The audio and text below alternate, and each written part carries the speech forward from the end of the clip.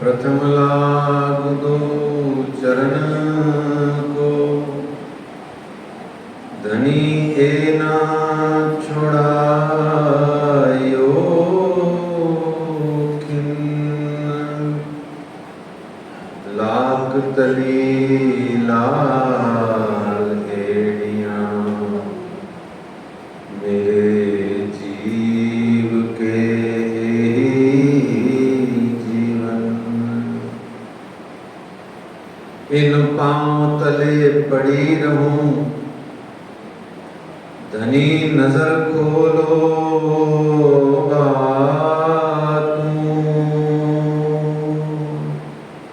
पलना बालू निर्भूम नेत्रे मेरे जीव के ही जीवन। मेरे जीव के ही जीवन। कदमों लागू करूं सेजदा, पकड़ के दो पाए। हुक्म करत है मासूक, बीच आशिक के दिल आए। मासूक तुम्हारी अंगना, तुम अंगना के मासूक। ए हुक्मे इलम दृढ़ किया, अजूरू क्यों न हो तू कटू। अजूरू क्यों न हो तू कटू। वंदो सद्गुरु चरण को, करूं सुप्रेम प्रणाम। अशुभ हरन मंगल करण, श्री देवचंद्र जी नाम। श्री प्राणनाथ निज मूलपति, श्री में राज सुना। तेज कुंवर श्यामा जुगल जी को, पल पल करूं प्रणाम। पल पल करूं प्रणाम। बोलिए श्री प्राणनाथ प्यारे की जय। श्री कृष्ण कन्हैया लाल की जय। श्री नित्यानंद स्वामी की जय। श्री बैजूराज महारानी जी की जय। महाराजा छत्रसाल की जय। महामती श्री लालदास जी महाराज की जय। बाबा दयाराम साहेब जी की जय। सद्गुरु श्री राम रतन दास जी महाराज की जय। परमहंस श्री चरणदास जी महाराज की जय। परमहंस श्री हरिदास जी महाराज की जय। सद्गुरु श्री जवाहरदास जी महाराज की जय। सर्व सुंदर सात की जय। परना परम धाम देख, करिके प्रणाम देख। आशिक को आराम देख, सकल दुख भागे हैं। कहत है मस्तान, जाको लागी इसक तान। रूहें देखिए दीदार, श्री प्राणनाथ जी परना जी में विराजे। श्री प्राणनाथ जी गुम्मट जी में विराजे।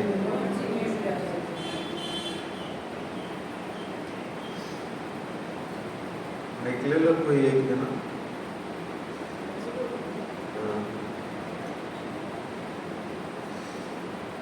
श्यामा महारानी अब तो लगा दो नैया पार।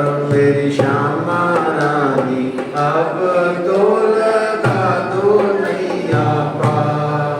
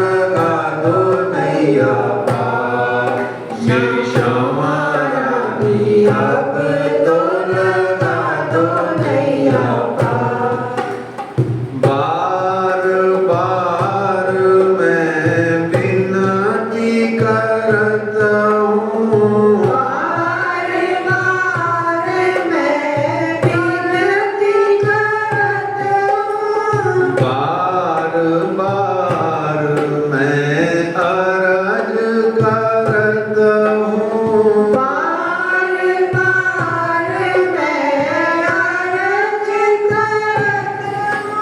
अरे हाथ जोड़ कर अरज करता हूँ, हाथ जोड़ कर अर्ज करता हूँ।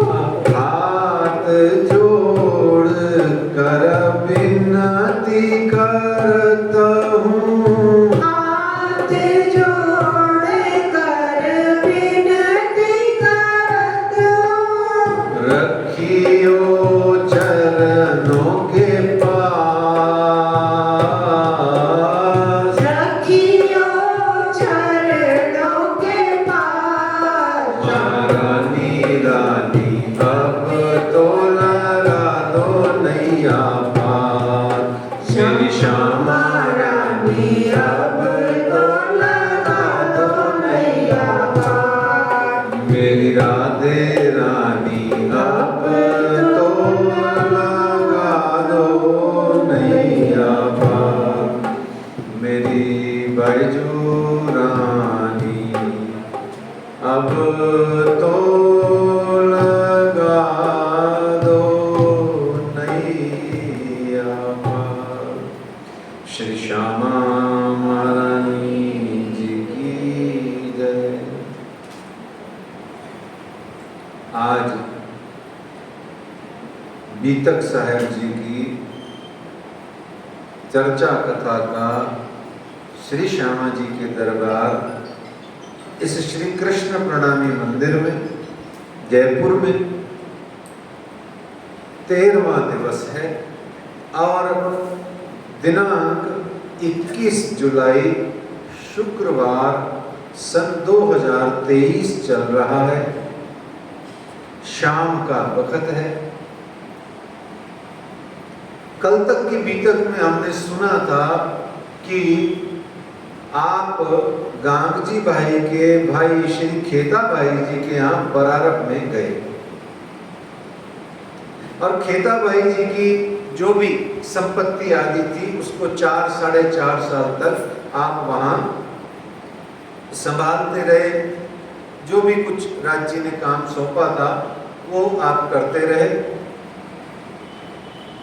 खेता भाई ने कहा था कि मेरी संपत्ति शुद्ध बुद्धि से कमाई हुई नहीं है, अशुद्ध ये संपत्ति है, अतः इसके 3 अंत हो जाएंगे। एक आग में जल जाएगी, दूसरा पानी में बह जाएगी और तीसरा राज्य द्वारा राजा द्वारा संपत्ति कुड़क कर ली जाएगी, हाथ नहीं आएगी, कहने का मतलब।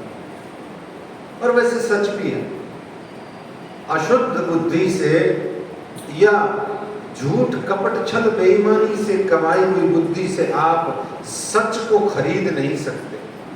बिल्डिंग बना सकते हो, सोना पोत सकते हो, दुनिया भर का इंफ्रास्ट्रक्चर कर सकते हो, लेकिन मनुष्य के भीतर में, उसके दिल भीतर में धर्म को उत्पन्न नहीं कर सकते।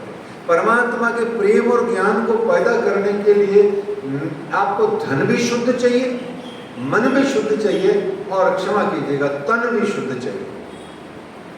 जब तक तन, मन और धन तीनों शुद्ध नहीं होंगे, और वो भी मन, कर्म और वचन से, जब तक मनुष्य स्वयं गुरु द्वारा, शास्त्र द्वारा या धर्म द्वारा प्रेरित होकर के खुद ही सदकर्म में युक्त नहीं होता, तब तक धर्म उसे नहीं मिलता हुआ दिखता बहुत है, होता हुआ दिखता बहुत है। भीड़ भाड़ बंबार बहुत दिखेगा पर धार्मिक कोई नहीं दिखेगा, धर्म की उपलब्धि नहीं दिखेगी। वो दिखने के लिए आपको चाहिए शुद्ध, शुचिता, शुद्धता, वो मन में भी, तन में भी और धन में भी। आप देख लीजिए, जो एक मजदूर है जो यहाँ इस मंदिर में आता है या किसी भी मंदिर में जाता है, वो 5 का सिक्का अपने 475 रुपए की दिहाड़ी में से 5 का सिक्का इस गुल्लक में डालता है। और एक सेठ है जिसने न जाने उस मजदूर जैसे कितने ही मजदूरों का गजब गजब का शोषण किया हुआ है, करता रहता है, वो 5 लाख दे देता है। उसके 5 लाख किसी काम के नहीं है। राज्य की नजर बिल्डिंग में तो काम के हैं, और हो सकता है उससे पानी की प्याऊ खुल जाए, हो सकता है बहुत सारे काम हो जाए, पर धाम धनी के यानी परमात्मा के काम के नहीं है। वो 5 लाख 5 कौड़ी के भी नहीं है उसके 5 रुपए के सामने। तो इसलिए शुद्धता, तो ये उसने कहा था तो ये हो गया। फिर आए तो चुगली कर दी बालबाई ने। अब बालबाई ने चुगली कर दी, किसको कर दी? राजा के यहाँ। और संपत्ति राजा को चली गई। महाराज जी को 1.5 माह की पहली बार जेल हो गई। श्री महाराज 2-4 बार जेल जाएंगे अपने जीवन में, कारागृह होगा। पहला ये हो गया। और फिर सदगुरु महाराज के पास आप गए तो सदगुरु महाराज ने अपना शॉल यूं कर दिया तो वो पर्दा हो गया। ये माया का पहला युद्ध हो गया। फिर यहाँ 2 बरस नौतनपुरी मिले और मिलने नहीं गए। मिलने को हरक बड़ा हुए, न वो बुलाएं न ये जाएं, न वो बुलाएं न ये जाएं। बस ये करते करते मैं 2 साल की जुदागी हो गई। एक दिन फिर बड़े भाई श्री श्यामलिया जी की धर्मपत्नी ने पुरानी 15 साल पुरानी जो प्रतिशोध की आग उसके हृदय में जल रही थी, वो ताना दे करके एक दिन बुझाई के वचन ताने के जो, तो वो आप वहां से शब्दों के घाव को सह करके आप वहां से धरौल गांव चले गए और वहां 2 साल तक रहे। फिर 8 महीने गुजरात किसी काम से, धरौल एस्टेट के काम से गए।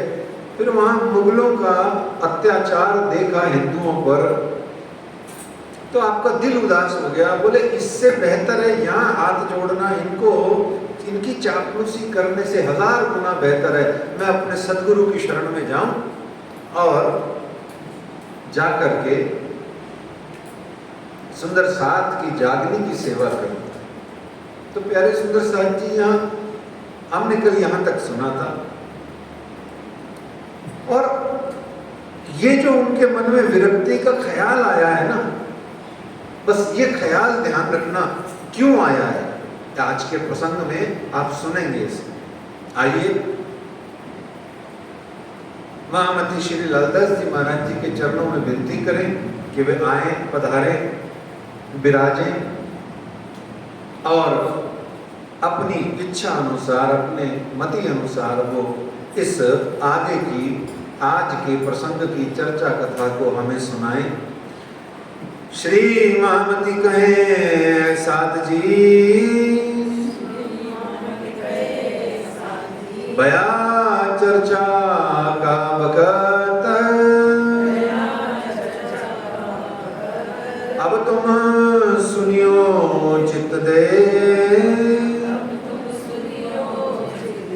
लाल आगे आए बैठे तखत, लाल आगे आए बैठे तखत। महामती श्री लालदास जी महाराज की जय। कल की अंतिम चौपाई थी, अब मोसो दुनिया का होए नहीं व्यवहार, एक दिल एकांत में सेवो धनी निर्धार, सेवो धनी निर्धार। ये जो उनके मन में भाव आया ना, क्या अब मोसो दुनिया का होए नहीं व्यवहार, क्यों आया?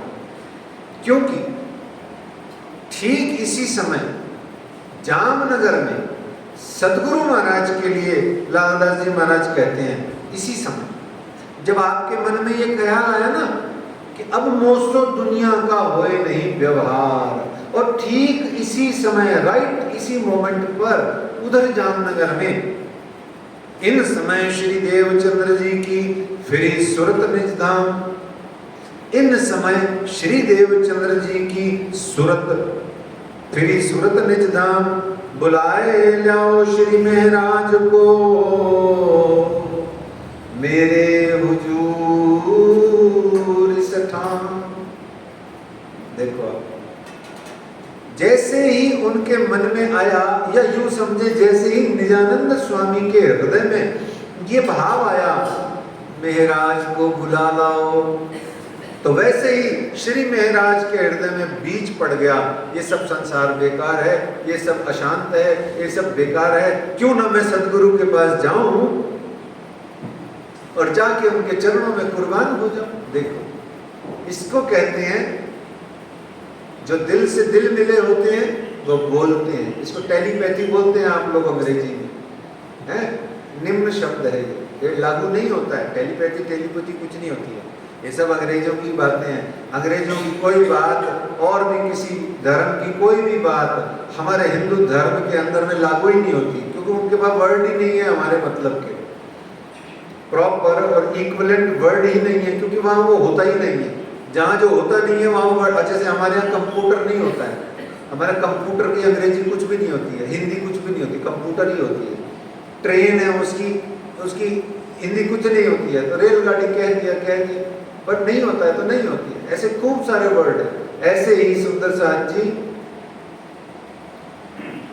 ये टेलीपैथी नहीं है, आपको समझाने के लिए टेलीपैथी वर्ड बोला है, पर वास्तव में ये दिल से दिल की लौ है, और ये है चौथे स्वरूप द्वारा पांचवें स्वरूप को पुकारना। ये है अंतर चित्त में श्री श्यामा जी ने श्री इंद्रावती जी को पुकारा। अंतर हृदय में दो प्रेमियों ने आपस में ये बात करी, और ये दिल की सिर्फ दिल में ही चलती है। ये लागी वाली जो होती है ये सब दीवानियां होती हैं, ये जो दिल में बोलती हैं वो परमात्मा सुन लेते हैं। अच्छा देखो क्या होता है, प्रार्थना में आप बोलते हो और प्रभु सुनते हैं।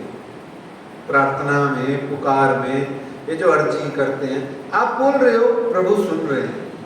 पर जब आप संसार से कट करके थोड़ा सा ध्यानस्थ हो जाते हो, थोड़ा डूब जाते हो, या जिसको हमारी प्रणामी भाषा में चितवनी बोल देते हैं, पर वो चितवनी शब्द कुछ और के लिए है, पर आप समझ लीजिए, तो ध्यान की अवस्था में या चितवनी की अवस्था में आप नहीं बोलते, मौन हो जाते हो, तो परमात्मा बोलते हैं, आप सुनते हो। प्रार्थना में आप बोलते हो, प्रभु सुनते हैं, परमात्मा सुनते हैं, और जब आप मौन होकर ध्यानस्थ हो जाते हो तो परमात्मा बोलते हैं, आप सुनते हो। ठीक है ना? ऐसे ही यहाँ दोनों के मन में एक साथ भावना जगी। और सच्ची बता रहा हूं मैं, संसार के भी जो प्रेमी होते हैं ना, चाहे वो लड़का लड़की ही क्यों नहीं हो, लेकिन यदि वास्तव में ओरिजिनल वाला प्यार है ना उनका, मर मिटने वाला, तो उनको भी ये छोटी छोटी जो बातें हैं ये सुनाई देती हैं और कर भी लेते हैं। वो कितनी ही बार ऐसे प्रसंग पुराने जमाने में देखे गए हैं, आज भी हो सकते हैं, खूब हो। ये प्रेमियों की पुकार है और इसको सिर्फ प्रेमी ही समझते हैं। जैसे मीराबाई दीवानी थी, जितनी बार उसने कृष्ण को पुकारा उतनी बार कृष्ण ने सुना। कोई एक बार भी ऐसा नहीं था कि श्री कृष्ण ने न सुना हो। हाँ, ये होता है कि श्री कृष्ण ने जवाब न दिया हो, ये ठीक है। हनुमान जी ने सैकड़ों बार श्री राम को पुकारा, श्री राम ने सैकड़ों बार हनुमान जी को आशीर्वाद दिया, शक्तियां दी। हो सकता है राम जी ने बात नहीं करी हो, पर हनुमान जी ने पुकारा और उनको मिला। ऐसे ही हजारों तरीके के उदाहरण मिल जाएंगे। ये जो इंटरकनेक्टेड या जो इंटरकनेक्शन की बात थी, ये समझने की जरूरत है। लालदास जी ने बताई है ये बात, मैं नहीं बता रहा। इन समय, किन समय कि जब अब मोसो दुनिया का होए नहीं व्यवहार के समय, यानी सदगुरु और श्री मिहिरराज के हृदय में एक साथ ये बात उत्पन्न हुई है, अलग नहीं हुई। अब कोई देवचंद्र जी की पहले मान लो, मेराज की सेकंड में मान लो, या मेराज की पहले मान लो, देवचंद्र जी की बाद में मान लो। ये संसार वाले इधर उधर करते हैं, वो तो चौथा पांचवा स्वरूप है, वहां तो कोई डिफरेंस है ही नहीं, वहां तो सब एक ही है। तो इन समय श्री देवचंद्र जी की फिर सूरत निज धाम, बुलाए लाओ श्री महाराज को मेरे हुजूर स्थान। बुला के लाओ, आवाज लगाने लगे, पुकारने लगे, कहने लगे, जो सामने आया उसको कहने लगे। आप मान सकते हो कि ये दिन होंगे जैसे 22 दिन का अंतिम समय रहा ना 7, तो ये समझ लो आप और 8, 10, 15 दिन पहले की बात होगी, बस और क्या। तो 1 महीना पहले समझ लो, 1.25 महीना पहले समझ लो। तो अब समय आ गया जब रूह अल्लाह का दूसरा जामा से लीला होगी। रूह अल्लाह के कितने जामे कहे गए? 2। कौन कौन से? जो आपने पहने हुए, हरा उल्ला और ठीक है सफेद गुदड़ी। कोई सफेद नहीं पहन के आया, मैं ही नहीं पहन के, हाँ वो पहने हुए है ना। तो हरा उल्ला और सफेद गुदड़ी। गुदड़ी का मतलब क्या होता है? कपड़ा, है ना। तो अब इसका मतलब ये मत समझ लेना कि सफेद कपड़े पहनने वाले प्राणनाथ जी और हरे कपड़े पहनने वाले वो जो है अपने देवचंद्र जी, ऐसा कुछ नहीं होता है। ये कुरान से इसकी सिमिलरिटी जोड़ने के लिए राज जी ने, प्राणनाथ जी ने कुछ बातें बताई हैं जिनका मतलब बहुत कुछ है। तो 2 जामे रूह अल्लाह के बताए गए। अच्छा, रूह अल्लाह की सूरतें कितनी बताई गई? 3। रूह अल्लाह की थी वो सूरतें, मोहम्मद की 3 सूरतें हैं या रूह अल्लाह की?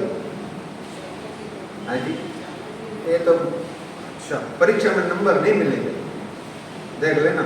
मोहम्मद की ही 3 सूरतें हैं और रूह अल्लाह के जामे 2 हैं, रूह अल्लाह की सूरतें 3 नहीं है।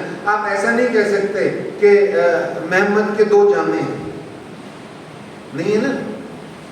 हम समझते हैं कि बात एक ही है ना, हम समझते हैं, जानते हैं, पर शिक्षा की दृष्टि से वाणी में जो शुद्धि अशुद्धि की बात है उसमें हमें अलर्ट मोड पे रहना है, हमसे कोई गलती ना हो पाए। भाव लेके हम जरूर वो बात को व्यक्त कर सकते हैं, करना भी चाहिए, है ना। तो ऐसे ही रूह अल्लाह के 2 जामे कहे। और दूसरा, रूह अल्लाह रोशन ज्यादा किया, रूह अल्लाह रोशन ज्यादा किया दूसरा अपना नाम। क्या चीज? रूह अल्लाह ने, खुद श्यामा जी ने अपना जो दूसरा नाम है यानी कि दूसरा जामा है उसको रोशन ज्यादा किया। और पहले जामे से उन्होंने शांति से, स्थिरता से एक सीमित स्थान पे लीला करी। तो अब समय आ गया जब रूह अल्लाह का दूसरे जामे से लीला होगी। श्री देवचंद्र जी प्रथम मिलन में जो घोषणा किए थे कि आगे लीला होगी तुम्हारे से, जब तो वो समय अब आ गया है। यह जो उन्होंने कसौटी प्रसंग में आपको क्या कहा था, मुझे उठाए के तुम बैठ जाओ, ये वसंत एक ठौर की आज ही ले लो। तो मेराज ने 25 साल के जब थे तो हाथ जोड़ दिए।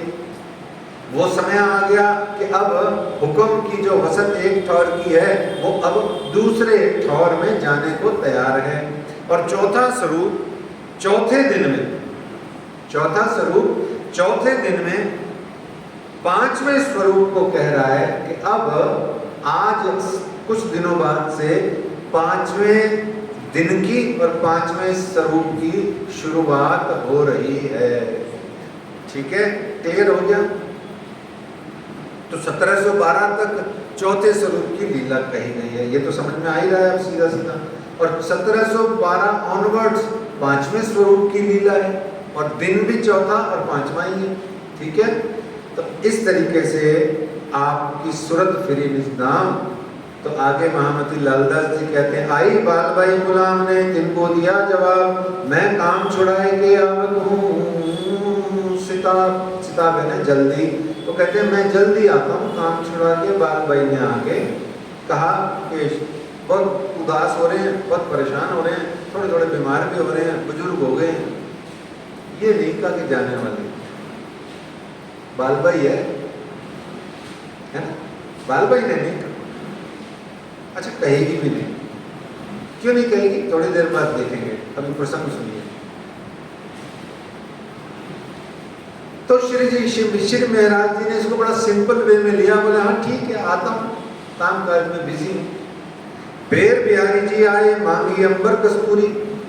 फिर बिहारी जी आए, मतलब श्री देवचंद्र जी ने बिहारी जी को भेजा कि जाओ बुलाओ, है ना, और बुला के लाओ।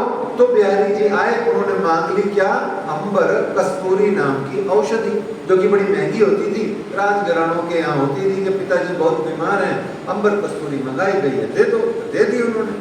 सुन बिहारी जी की बात, दिल बीच गई, तो ले ली और दे दी, लेके दे दी। पहले बिहारी जी पहले भेजा बिहारी जी को, फिर दोबारा भेजा कि बुलाकर लाओ।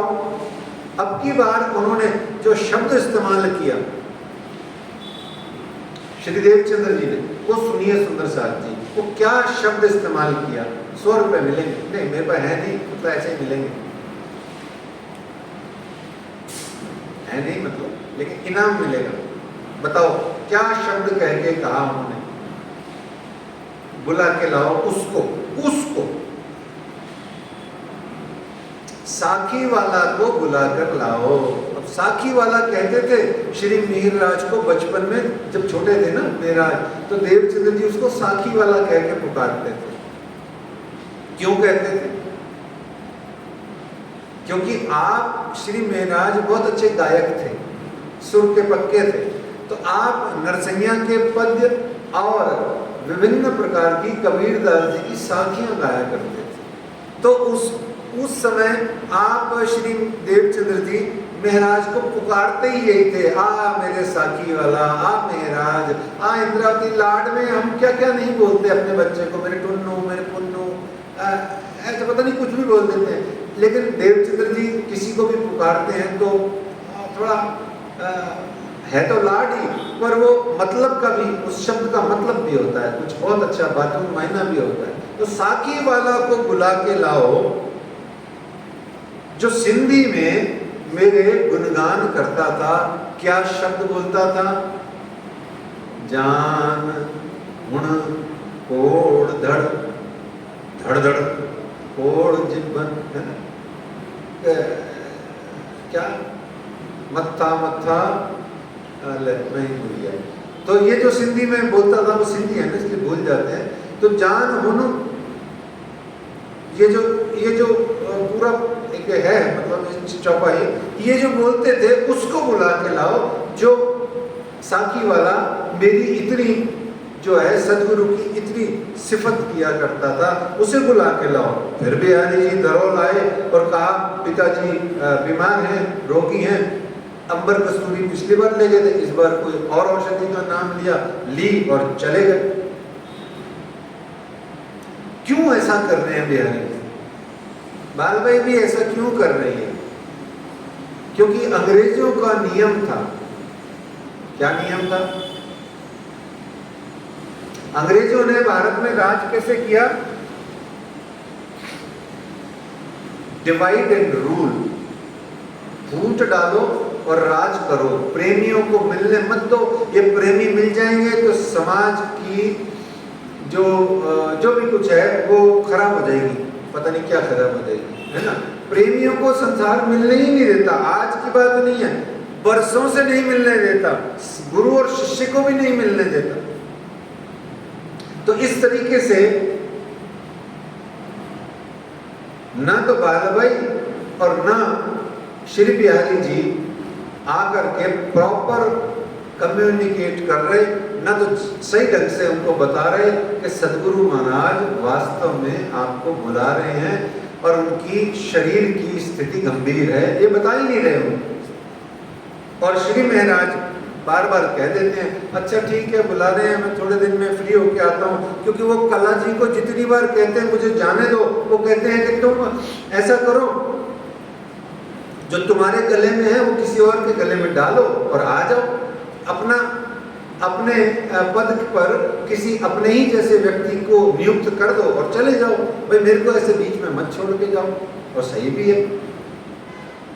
तो इस तरीके से जामनगर में श्री देवचंद्र जी महाराज ने फिर कहा बुला के लाओ, फिर तीसरी बार फिर कहा बुला के लाओ। तो बिहारी जी ने चिढ़ करके कहा, तो बिहारी जी ने चिढ़ करके कहा कि आप बार बार उनको बुलाने के लिए भेजते हो और वो आना नहीं चाहते हैं, हम क्या करें? हम तो जाके कह देते हैं कि बुला रहे हैं, बुला रहे हैं, बुला रहे हैं। वो कहते हैं अच्छा ठीक है आ जाऊंगा, आना होगा तो फुर्सत होगी तो आ जाऊंगा, आज इत्यादि। अच्छा फिर क्या देवचंद्र जी को विश्वास हो गया था कि हाँ महाराज ऐसा ही कह रहे हैं? या देवचंद्र जी बार बार क्यों बुला रहे हैं बताओ? देखो आपको बाल भाई ने कह दिया, आपको बिहारी जी ने कह दिया, और भी कोई अभी तक में उल्लेख नहीं है कि दो एक जना साथ भी गए होंगे। अब इतनी दूर सफर करके बिहारी जी या बाल भाई कर ली तो गई नहीं होंगी, धरोहर गाँव 9 कोस दूर, तो वो सब जब गए थे साथ में उन्होंने भी तो यही कहा होगा कि वो आते नहीं है, हम क्या करें, वो आते नहीं, तुम बुलाई जाते हो वो आते नहीं, ऐसी की करिए 10 ऐसे कुछ बात हुई होगी। यही तो होता है घरों में, संसार में। और फिर जो खास तौर पे थोड़ा क्षमा कीजिएगा ईर्ष्यालु टाइप लोग होते हैं, वो तो और भी नमक मिर्च मसाला लहसुन प्याज का तड़का लगा के बोलते हैं, है ना, भड़का भड़कू के। तो ऐसे ही तो चल रहा है प्रोग्राम। तो क्या देवचंद्र जी को विश्वास हो गया हाँ ये तो सही बोल रहे? नहीं हुआ। क्यों? सबूत है। फिर कहते हैं जाओ बुला के लाओ, फिर कहते हैं जाओ बुला के लाओ।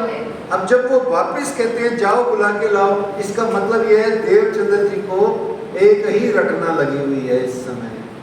वो ब्रह्मांड के किसी भी व्यक्ति पर विश्वास नहीं करते। क्यों? उनको पता है मैं जो हूँ वही महाराज है, जो महाराज है वो मैं हूँ, और मैं मेरे भीतर में झूठ कैसे बोल सकता हूँ? और मैं मेरे भीतर में कोई मुझे मेरे लिए भड़काए तो मैं अपना हाथ थोड़ा ही काट दूंगा। नहीं, ये हाथ थोड़ा ठीक नहीं है राजीव जी आपका, यह बढ़िया नहीं काम कर रहा है, उड़ा दे इसको। ऐसे कौन करता है? नहीं करता। जो अंग मेरा है वही मैं अंग हूँ, वही मैं हूँ, वही वो है। श्री श्यामा जी ना अंग हो सुंदर सा, तो वो आपको कैसे करके कोई बाह्य तत्व का विश्वास हो जाए? और फिर यदि प्यार सच्चा है, दुनिया की बात में भी यदि प्यार सच्चा है, उसमें स्वार्थ नहीं है, तो याद रखना, दोबारा सुन लीजिए, ये संसार की बात भी है।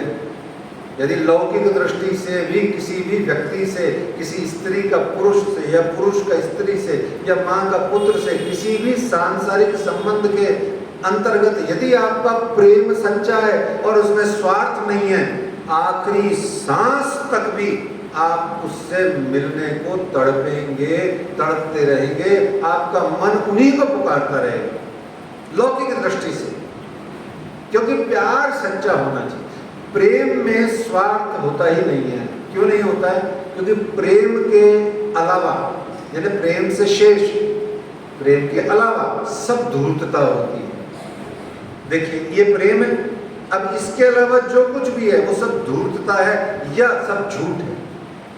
इसीलिए धनी ने वाणी में कहा प्रेम ब्रह्म दो एक है। सुंदर साहब बड़े खुश हो जाते हैं, देखो प्रेम और ब्रह्म दोनों एक कहे राजी ने, जो ब्रह्म है वही प्रेम है, जो प्रेम है वही ब्रह्म है। पर आगे वाली चौपाई के चरण तो सुनते नहीं है। दोबारा सुनो, प्रेम ब्रह्म दो एक है, सो तो दुनी में ना है। क्या कहता अगला चरण? सो तो दुनी में ना है, बसत गोपिका माई। वो जो ब्रिज में आई थी, रास में आई थी, उनके पास था वो सच्चा प्रेम। इस संसार में आप प्रेम ढूंढ रहे हो, वो भी सच्चा, बिना स्वार्थ के, प्रश्न ही नहीं होता। हाँ, यदि कोई लौकिक नातों में माँ और बेटे का संबंध कोई कहे तो काफी हद तक सच होता है, पर वो भी स्वार्थ से ही कहीं ना कहीं जुड़ा होता है, क्योंकि उसमें भी उसको कहा गया ममता। क्या कहा गया? ममता। ममता संस्कृत का शब्द है। मैं, मेरा, ये जो होता है ना मेरा, इसको ममता कहते हैं। ममत्व की जो भावना है ना, मम या ना मैं, मेरा, मम संस्कृत में मम या ना मेरा, है ना। अहम भूल गया मैं, धातु रूप में आता है, शब्द रूप में आता है।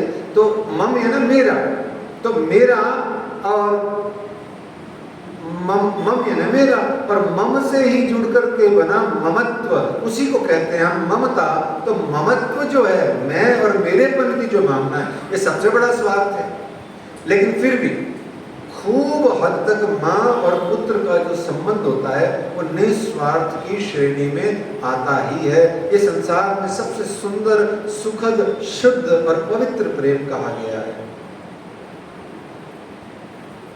तो यदि प्रेम सच्चा है, स्वार्थ के बिना है, यदि प्रेम सच्चा है तो वो स्वतः ही स्वार्थ के बिना है, कहने की जरूरत नहीं है। लेकिन कहना पड़ता है कि स्वार्थ के बिना है तो वो लौकिक जगत में भी प्रेम पुकारता है।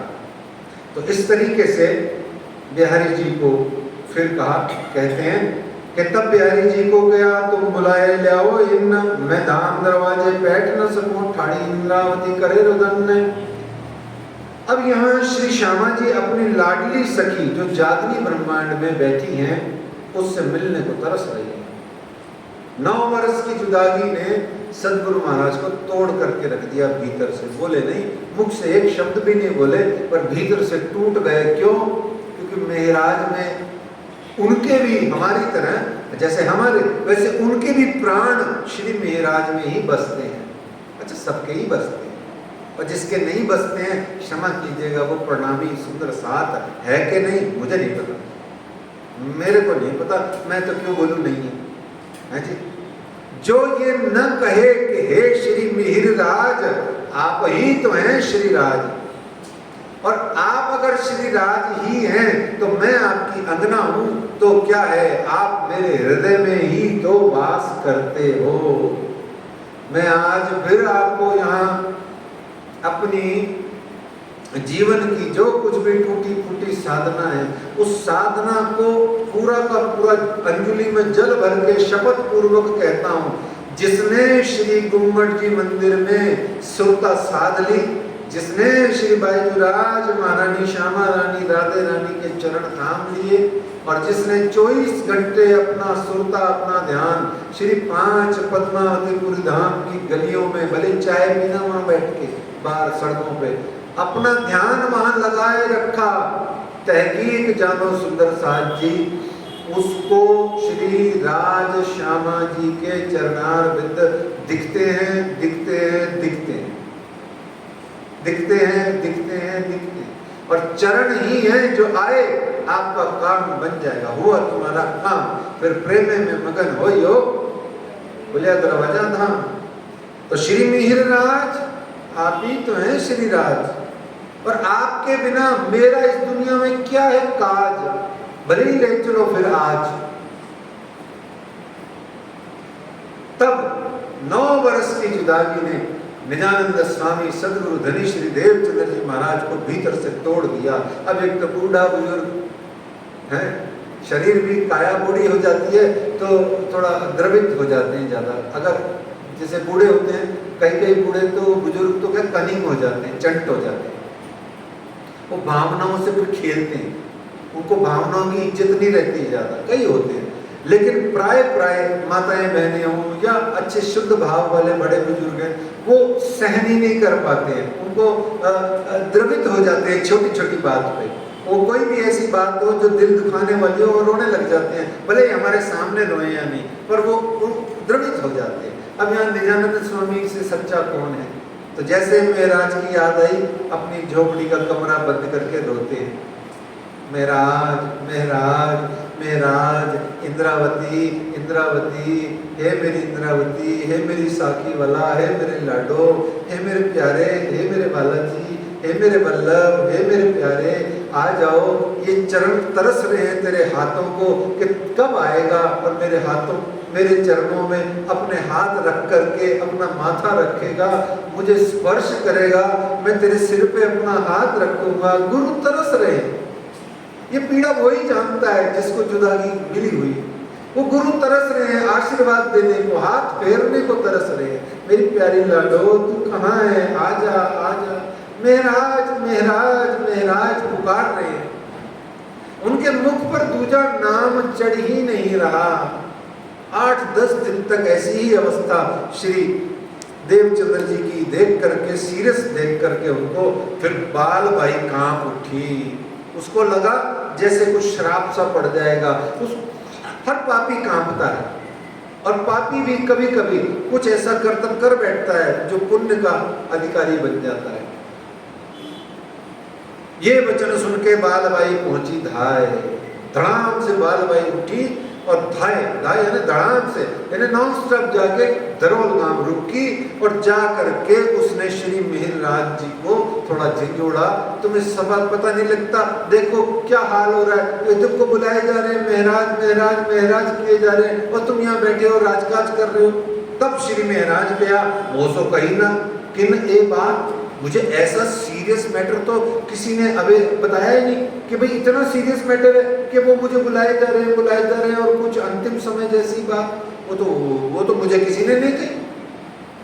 तत्काल सब कुछ सारे कार्यभार वहीं छोड़ करके कला जी को यूं सौंपा, जैसे बैठे थे वैसे उठे, बालबाई जी को साथ लिया, और श्री मिहिरराज न घर गए, न किसी से मिले, न मुंह हाथ धोया, न कोई लेना न कोई देना, न फूलबाई से मिले, न मेड़ी मंदिर गए। नहीं तो 2 साल से जो व्यक्ति धरोल बैठा हो वो पहले अपनी बीवी से मिलता है, पहले अपने घर जाता है, अपनी माँ से मिलता है, मुंह हाथ धोता है, फिर आता है। सदगुरु महाराज हैं तो क्या हुआ, मंदिर में बैठे हैं कमरे में, पर ना बालबाई के साथ आए, सीधा नौतनपुरी धाम खीजड़ा मंदिर में आए, श्री निजानंद स्वामी की कुटिया में आए। आते ही दृश्य देखो, निजानंद स्वामी लेटे हुए हैं चाकला पर वो लेटे हुए हैं, और उनके चरणार बिंद पधराए हुए हैं, और आप श्री मिहिरराज उठते हैं और सीधा जो निजानंद स्वामी के दिल में आ रहा था कि कब श्री मिहिरराज आएंगे, मेरे चरणों को पकड़ेंगे, मेरे चरणों की तलियों पे अपना माथा रखेंगे, और माथा रखते ही मेरे अंदर में ऊर्जा आ जाएगी, मैं उठ करके उनके सिर पर हाथ रखूंगा। ठीक ऐसे ही श्री मिहिरराज आए, कुटिया में प्रवेश किया। प्रवेश करते ही सामने निजानंद स्वामी के चरण दिखे, चरणों को थाम लिया, उस पर अपना सिर रखा तो श्री मिहिरराज के अंतर हृदय की जो दाह थी 9 बरस की विरह की, वो शांत हो गई। परंतु निजानंद स्वामी की अभी शांत नहीं हुई। आप उठे और श्री मिहिरराज के सिर पर हाथ रखने से पूर्व पूछा कि कौन है। तो श्री मिहिरराज ने ये नहीं कहा कि श्री मिहिरराज, उसने कहा श्री मिहिरराज की आत्म। तब श्यामा जी का हाथ उठा और अपनी इंद्रावती के सिर पर, मत्थे पर लाड से फिरने लगा। ये बात संवत 1712 की श्रावणवदी अष्टमी की है सुंदर साथ जी। यानी कि जब हम बीतक शुरू करते हैं तो वो पंचमी होती है, तो पंचमी के बाद षष्ठी, सप्तमी और अष्टमी।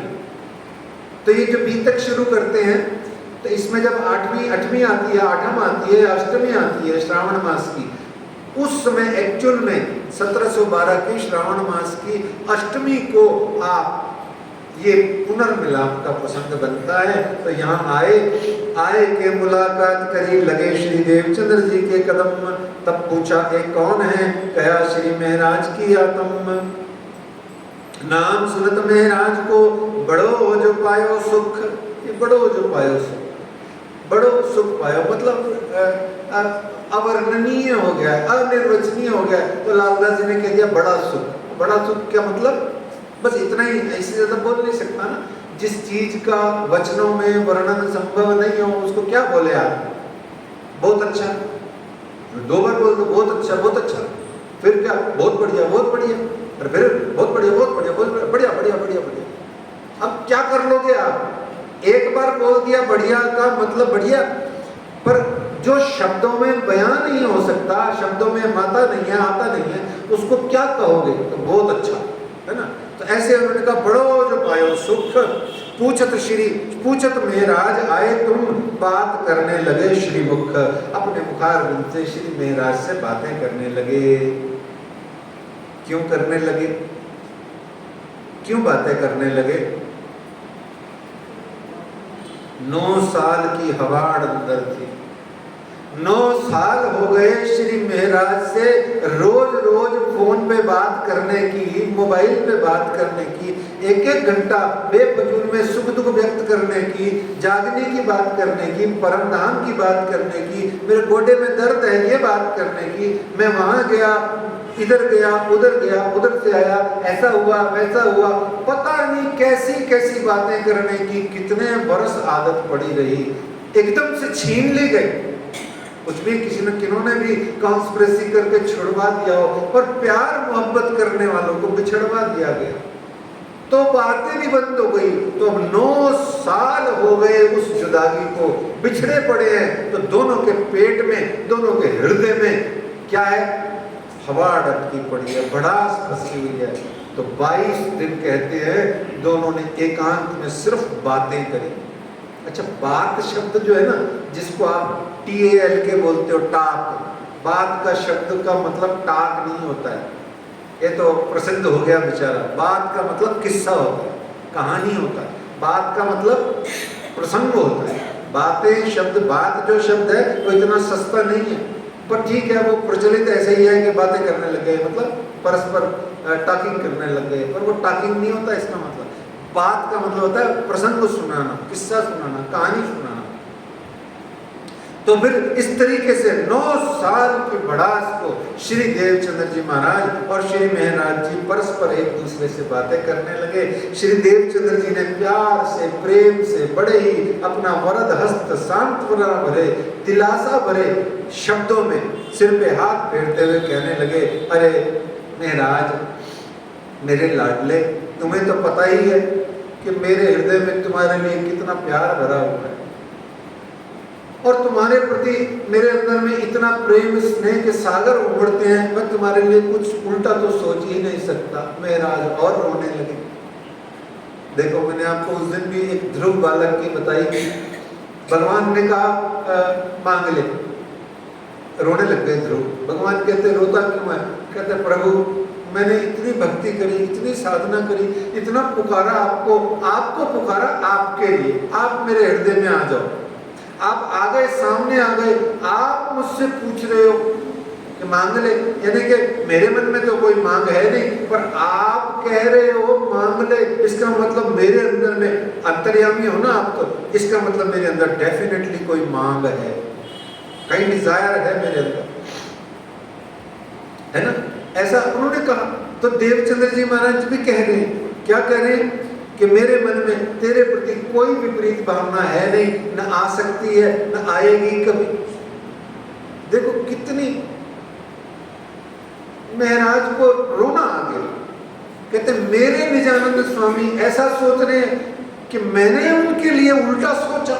अच्छा, मैंने तो कभी नहीं सोचा, पर मेरे स्वामी ऐसा कह रहे हैं कि मेरे हृदय में तेरे प्रति उल्टी भावना है ही नहीं, पर मेरे स्वामी ऐसा कह रहे हैं नहीं है, इसका मतलब मेरे अंदर अभी भी गुनाह अटका हुआ है, मेरे अंदर कोई शिकायत है सच्ची में।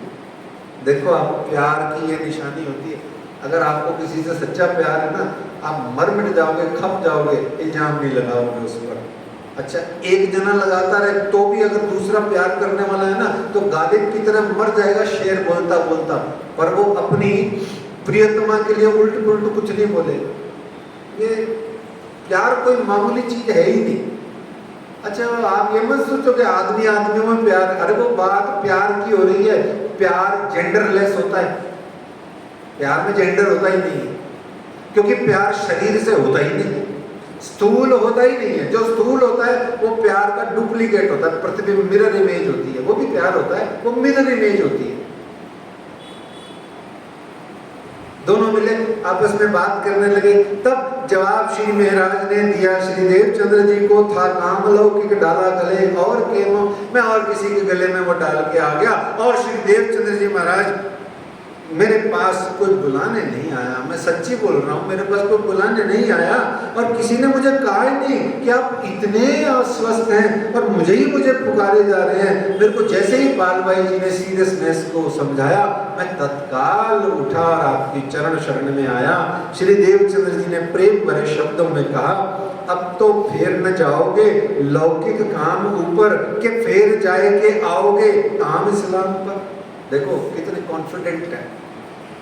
वो कह रहे अब तो नहीं जाओगे, अच्छा चले जाओ, थोड़ा घूम आओ, जो सेटिंग है वो करे आओ, फिर आ जाना जागनी के काम में। काम इस्लाम पर मतलब अब मैं तुम्हें गादी दे दूं, अब मैं तुम्हें बैठा दूं, जागनी का दायित्व दे दूं, उत्तराधिकारी तो बातून में तुम ही हो, तुम्हें घोषित ही कर दूं।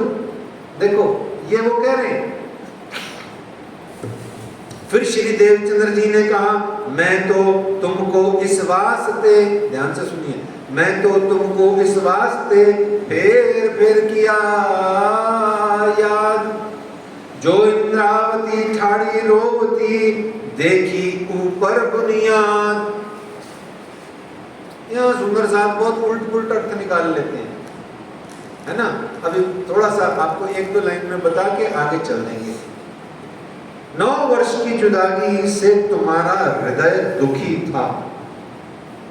एक ही लाइन समझो, देवचंद्र जी महाराज क्या कह रहे हैं कि 9 वर्ष की जुदाई से तुम्हारा हृदय दुखित था। इसको कहा गया पहली बार कि ठाड़ी इंद्रावती रोकती। एक तो ये क्लियर हो गया। अब दूसरी जगह आएगा, अभी सुनिए आप, कि मैं बैठ न सकूं धाम में ताम इनको रोवती देख। ध्यान से सुनिए, मैं बैठ ना सकूं धाम में तहां इनको मतलब इंद्रावती को रोती देख, तिस वास्ते मैं तुमको बुलाया कर्ब से। दोबारा सुनिए, कीर्तन ग्रंथ में यही बात दोबारा सुनिए।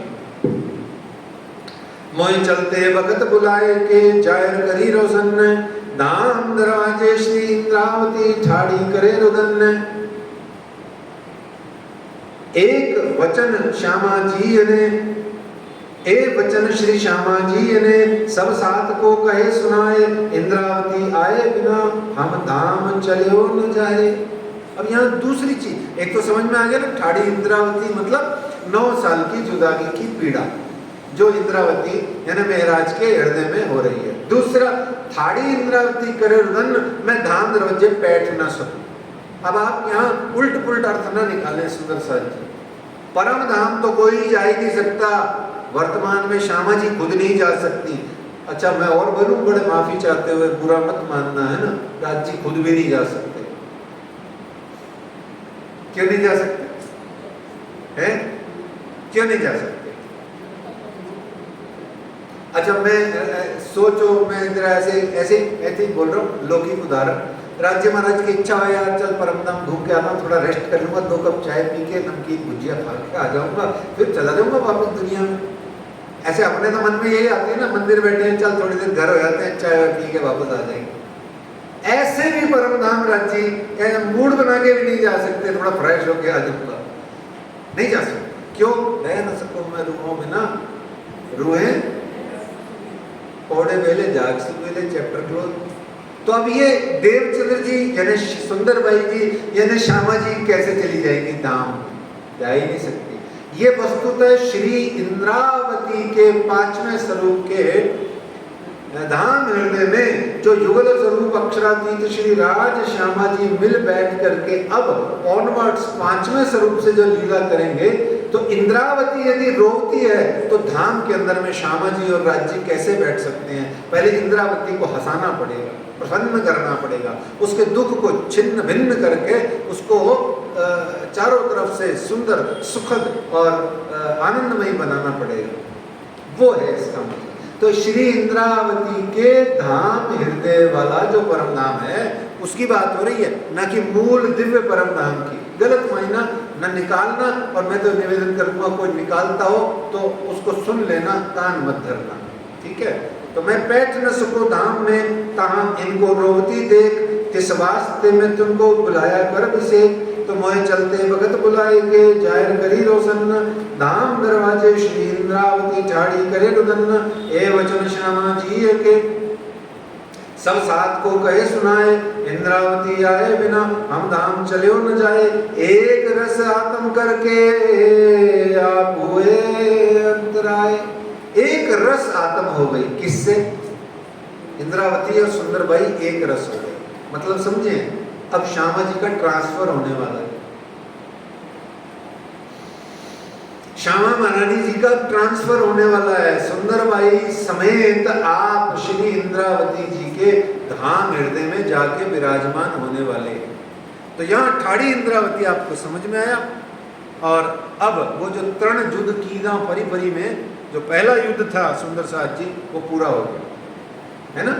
हो गया ना, पहला युद्ध पूरा हो गया।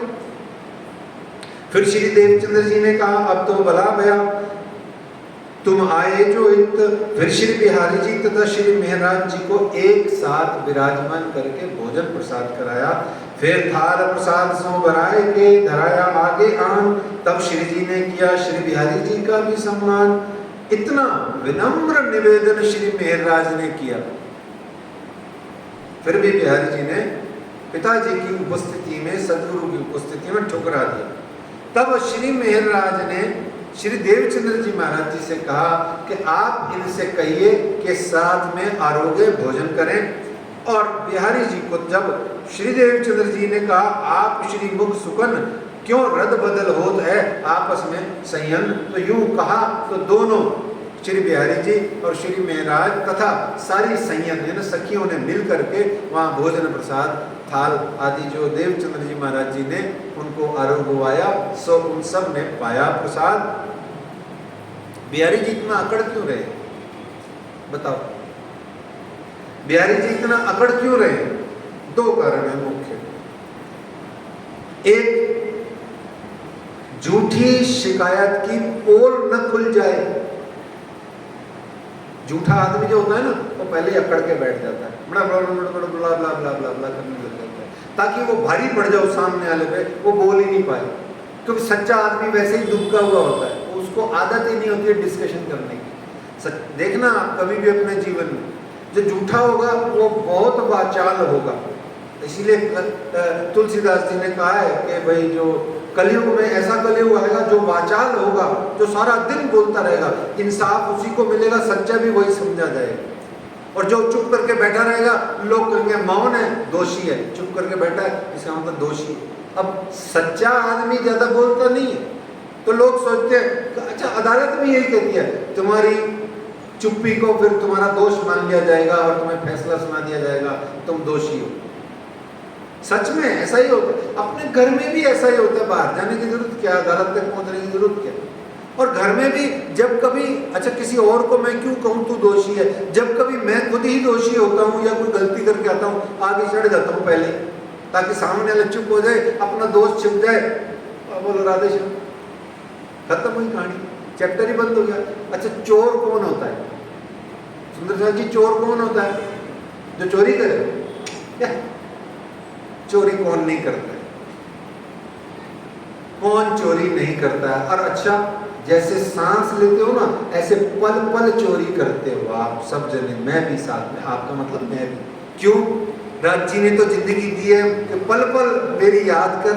हम तो पल पल याद ही नहीं करते, पल पल हमें याद आता है हमारा आदमी, हमारी रोटी, हमारी रसोई, हमारे टिंडे, हमारे आलू बैंगन प्याज, और फिर ये सब क्लियर हो जाए तो हमारी पत्नी, हमारा पति, फिर उसमें आँख चली जाती है, वो कहाँ जा रहा है, वो क्या कर रहा है, पल पल तो यही दिमाग चलता है। और आज कह रहे पल पल मासूम देखना यही आहार हासिकम।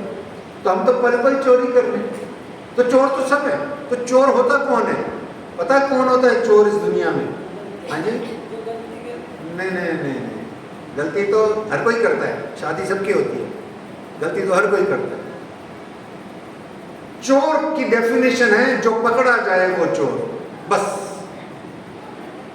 चोर कौन? जो पकड़ा जाए बस, या जिसको पकड़ करके लोग चोर सिद्ध कर दें विद प्रूफ्स। वो बेचारा सिद्ध नहीं कर पाए कि मैं चोर नहीं हूं, मैं चोर नहीं हूं, मेरा कोई गुनाह नहीं है। भाई जो मुझे पकड़ रहा है, जो मुझ पर इल्जाम लगा रहा है, उसी का गुनाह है, पर वो बेचारा सिद्ध नहीं कर पा रहा, उसके पास प्रूफ नहीं है, वो चोर होता है। ये संसार है, ये कलयुग है, ठीक है ना? तो आगे फिर वो बिहारी जी, झूठी शिकायत कहीं मेरी पकड़ी ना जाए। कौन सी वाली? वो नगीने वाली तलवार। हमें क्या पता वो सच्ची में पानी में गिरी थी या बिहारी जी ने पकड़ के पानी में डुबो के दिखा दी हो किसी दो जनों को, या जो कपड़ा नकदी सामान लाए थे हैं, हमें क्या पता, थोड़ा बहुत बीच में से ठूंगा मार के घर ले गए, हमें कुछ पता ही नहीं, हमें क्या आदि इत्यादि। और जो श्री मिहिर राज के साथ में पल पल षड्यंत्र रचे, या जो अभी लेटेस्ट में धरोल गांव में 2 बार गए और झूठ झाट बोल के वापस आ गए, ये पकड़ा ना जाऊं देवचंद्र जी के सामने या संसार के सामने, क्योंकि बिहारी जी को पता है अभी मैं थोड़ी देर बाद धाम धनी होने वाला हूं, मुझे पोस्ट मिलने वाली है धाम धनी की। वो तो पोस्ट ही समझते थे इसको, हैं?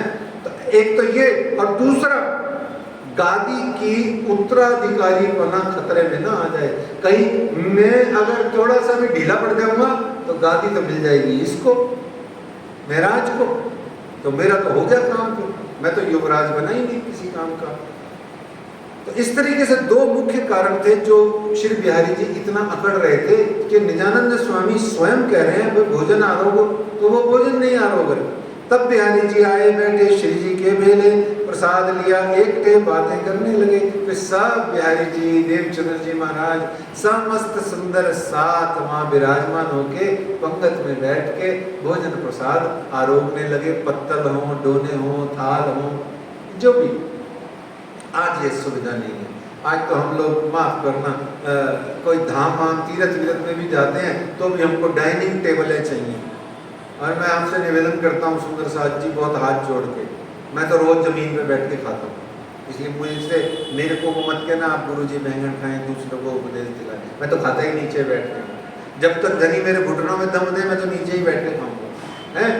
लेकिन मैं आपसे विनती करता हूँ यहाँ पर कि कोई त्योहार है घर में, कोई उत्सव है, या राज्य का आपने पाठ पारायण किया हुआ है, बस उन दिनों भाई जिसका बिल्कुल ही घुटना खराब हो वो एग्जेम्प्टेड है ना, वो चौकी वोकी पे बैठ जाए।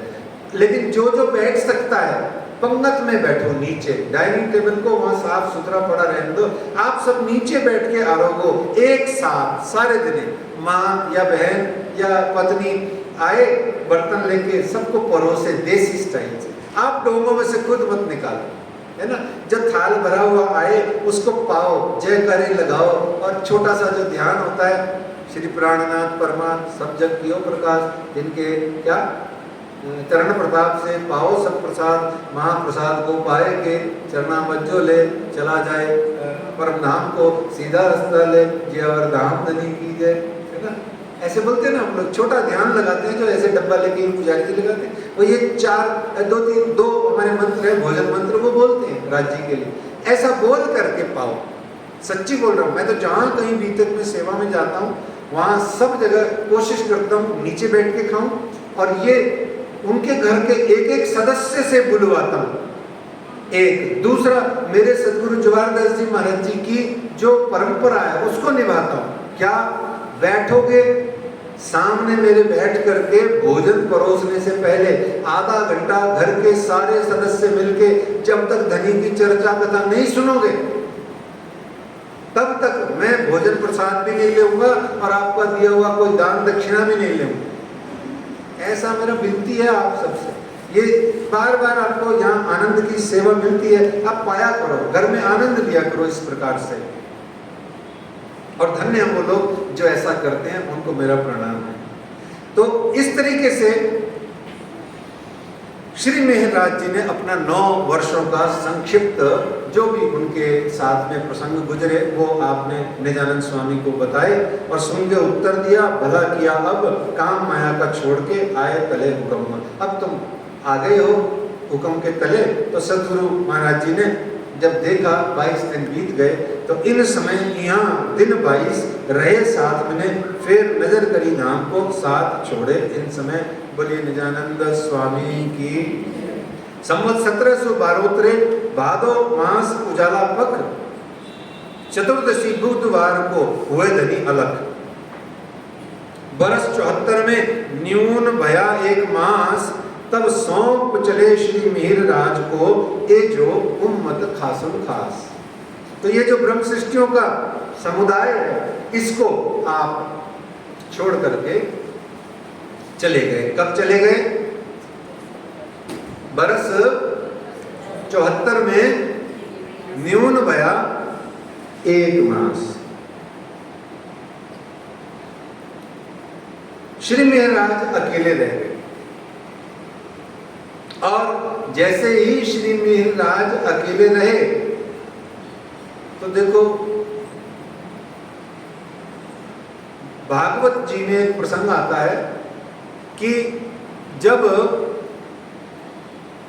महाभारत का जो संपूर्ण युद्ध है जब पूर्ण हो गया, भगवान श्री कृष्ण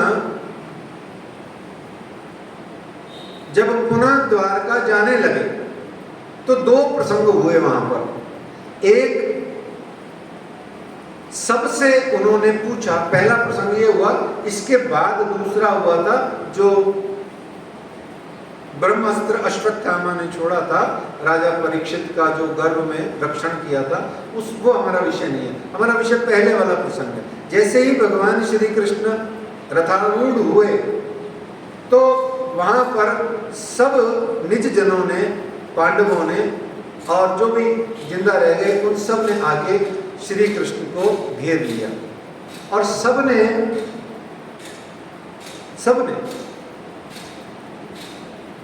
कुछ न कुछ वरदान मांगा।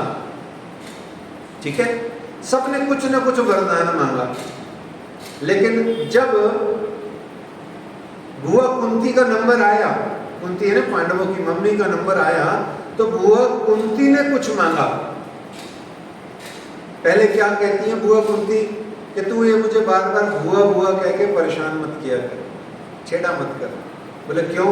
बोले तू पर्दा बहुत करता है, छलिया है, तू छलिया है, पर्दा बहुत करता है। ये बुआ बुआ कह करके जो अपना असली वास्तविक रूप है वो तो छुपा देता है। मुझे पता है तू भगवान है। हिरण्मयेन पात्रेण, ईशावास्य उपनिषद में भी आया है, हे भगवान जो आपने ये सूर्य की तेज जबरदस्त हिरण्मय, ये जो आपने सूर्य के प्रकाश से अपना मूल स्वरूप विवस्वान का जो छिपा रखा है ना, सूर्य भगवान को कहा है आपने जो अपना मूल स्वरूप छिपा रखा है ना अपने नूर के, उसमें वो दिखाओ मेरे को। तो कुंती कहती है मुझे पता है तू भीतर से भगवान है, ये बुआ बुआ कह के मुझे तू पर्दा करता है। वो तो मुस्कुराने वाले छलिया है। थोड़ा सा भगवान श्री कृष्ण टेढ़ी अपनी मुस्कान से मुस्काए और बोले हाँ बुआ मांग ले, तू भी क्या मांगती है। बुआ ने मांगा, विश्व में ऐसा किसी ने कभी कुछ नहीं मांगा भगवान से। वो कहती है मुझे दुख दे दो। क्या दे दो? कहती है मुझे दुख दे जा। अब तू 78 वर्ष की उम्र में श्री कृष्ण ये वरदान दे रहे हैं, अब तू हस्तिनापुर से मथुरा द्वारका जा रहा है, क्योंकि मुझे पता है तू जा रहा है, हमारे घर सुख आ रहा है, इसीलिए तू जा रहा है। अगर दुख दे देगा तो तू मेरे घर से कभी नहीं जाएगा, हमारा पल्लू कभी नहीं छोड़ेगा। क्योंकि ये तय बात है कि तू सिर्फ दुख में ही साथ देता है, सुख का तू साथी ही नहीं है। संसार सिर्फ सुख का साथी है। आपके दिन अच्छे चल रहे हैं, आपके स्टार्स अगर फेवरेबल है, रुपया पैसा माल मत्ता है, या उल्टा छोड़ो आपका दिल आया हुआ है इस पर, तो चलो बहुत बढ़िया है, बहुत बढ़िया, बहुत बढ़िया। जैसे ही आपका दिन खराब हुआ या आपका दिल खराब हुआ, ये आदमी बेकार हो गया, वो व्यक्ति बेकार हो गया, वो संसार बेकार हो गया। ये संसार का नियम है। तो उनको पता था बुआ को, बुआ कहती मुझे दुख दे दे, क्योंकि मुझे पता है कि दुख में ही तो साथ देता है। मिहिरराज से निजानंद स्वामी बिछड़ गए, दुख में आ गए। जैसे ही दुख में आओगे सुंदर साथ जी, दुखते विरहा हो मुझे। क्या कहती है चौपाई? दुखते विरहा उपजे, विरहा प्रेम इशक। सुने थे अभी हम कल परसों ये प्रसंग। दुख से विरहा मुझे, विरहा प्रेम इसक, और इसक प्रेम जब आया तब नेचे मिलिए। नेचे का मतलब डेफिनेटली। दुख से विरह आएगा, विरह में तुम्हारे विकार कटेंगे, विकार कटते ही तुम शुद्ध निर्मल चैतन्य होगे।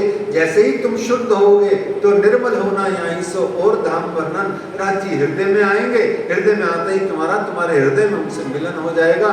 इसलिए श्री मिहिरराज से जैसे ही निजानंद स्वामी जुदा हुए, उनका मन चीत्कार कर उठा और वो बोल उठे, पुकार चले मेरे पीर जी, मैं तो नींद में उलझी रे,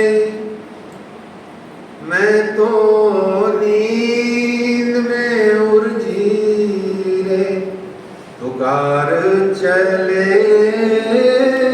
मेरे पीर जी, मैं तो नींद में उलझी रे, मैं तो नींद में उलझी रे। अब ढूंढे मेरा जीव रे, सो सजन अब कित पाइए, सो सजन अब कित पाइए। क्या कहते हैं श्री महाराज की आत्म क्या बोलती है? दुल्हा सोजो मैं करी, ऐसी करे ना दूजा को। दुल्हा सोजो मैं करी, ऐसी करे ना दूजा को। बिलक बिलक पीऊ जी चले, पर मैं मूंदी आँखां धोए।